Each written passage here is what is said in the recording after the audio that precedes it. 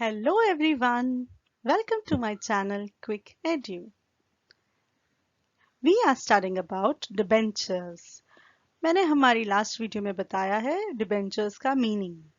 आज हम करने वाले हैं features of debentures. Let us begin.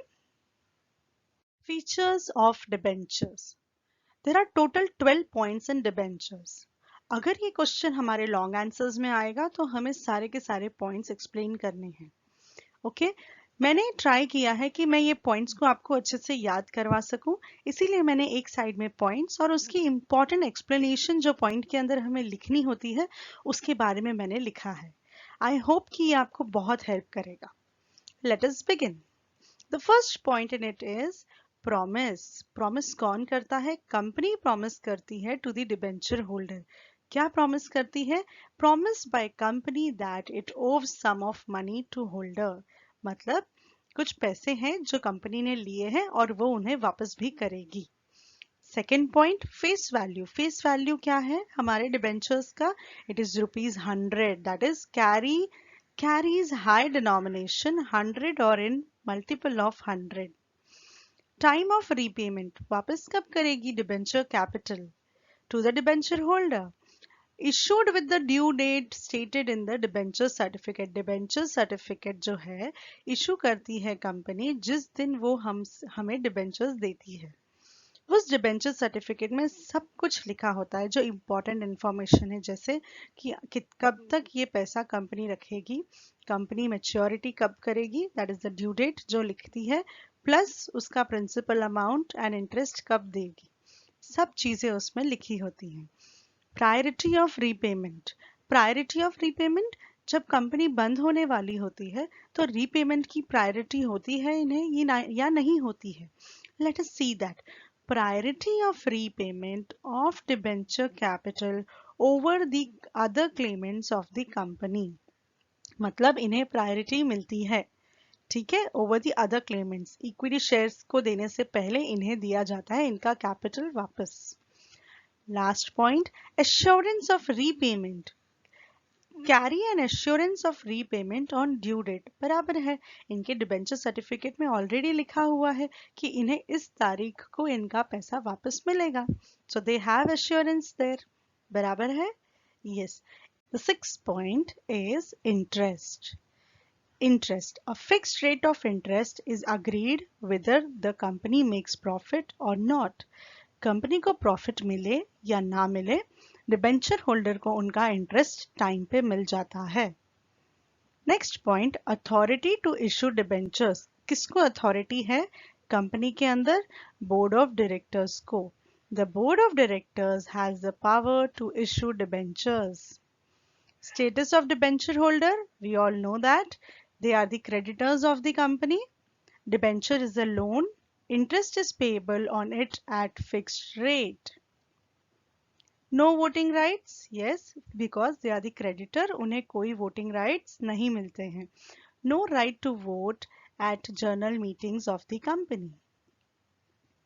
Simple तरीके से अगर हम देखें तो हमें याद रखना है कि इंटरेस्ट उन्हें फिक्स्ड रेट में मिलता है, कंपनी को प्रॉफिट मिले या ना मिले. अथॉरिटी किसको दी गई है कंपनी के अंदर? सिर्फ बोर्ड ऑफ डायरेक्टर्स को. फिलिंग द ब्लैंक्स में भी आपको पूछ सकते हैं. The authority to issue debentures in the company is given to dash. So आपका आंसर है board of directors.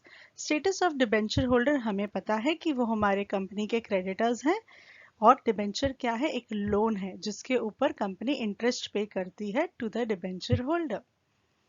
No voting rights. अगर वो क्रेडिटर्स हैं हमारे कंपनी के तो वो हमारे कंपनी के ओनर नहीं है, वो हमारी कंपनी के जर्नल मीटिंग्स को अटेंड नहीं कर सकते हैं. अगर वो अटेंड नहीं करेंगे तो उन्हें वोटिंग राइट्स भी नहीं मिलते हैं. Okay. Parties to debentures. Company debenture holder के साथ डायरेक्टली डील नहीं करती है. कंपनी अपॉइंट करती है ट्रस्टीज. ट्रस्टीज काम करता है for the company as well as for the debenture holder. तो company, trustee and debenture holder, there are 3 parties involved. Company is the entity which borrow money. Trustee is the party through whom the company deals with debenture holder. Trust deed बनाया जाता है जिसके अंदर obligations of company and rights of debenture holder लिखे होते हैं। Debenture holder, the debenture holder who provides loan and receive debenture certificate as an evidence. Okay, so 3 people are involved here. अब ये आंसर को मैंने पॉइंट्स के साथ आपको ऐसे समझाया है, जब आप इसको एक्सप्लेनेशन दोगे तो आपका पॉइंट परफेक्टली पॉइंट पे होगा, आपकी कोई मिस्टेक नहीं होगी। Next point, security. Generally secured by fixed charge on assets. Debentures दो तरीके के होते हैं, secured debentures and unsecured debentures. Secured debentures का मतलब होता है कि वो secured है against the assets of the company. कल को कंपनी अगर लॉस में होती है तो कंपनी के एसेट्स को बेच के इनका कैपिटल इन्हें वापस दिया जाता है। The point is security. Generally secured by fixed charge on assets. Issuers. Issued by private company and public limited company. दो तरीके की कंपनी होती है मार्केट में, private limited and public limited. तो ये दोनों कंपनीज इशू कर सकती हैं डिबेंचर्स। लिस्टिंग, लिस्टिंग कहाँ होती है इन डिबेंचर्स की? एटलीस्ट एक रिकॉग्नाइज्ड स्टॉक एक्सचेंज में। हमारे इंडिया में 2 स्टॉक एक्सचेंज है, Bombay stock exchange and national stock exchange. Must be listed at least one recognized stock exchange. At least in one recognized stock exchange. Transferability, अगर मुझे वो बेचने हैं डिबेंचर्स तो easily transferred through instrument of transfer. Instrument of transfer एक form होता है जो फिल करते हैं और easily procedure है to sell your debentures, to transfer your debentures from one person to another at any point of time. कोई compulsion नहीं है कि आप वो सेल नहीं कर सकते। Okay, features of debenture answer is completed. I hope you all have understood it well.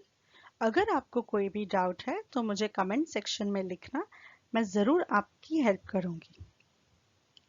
Thank you.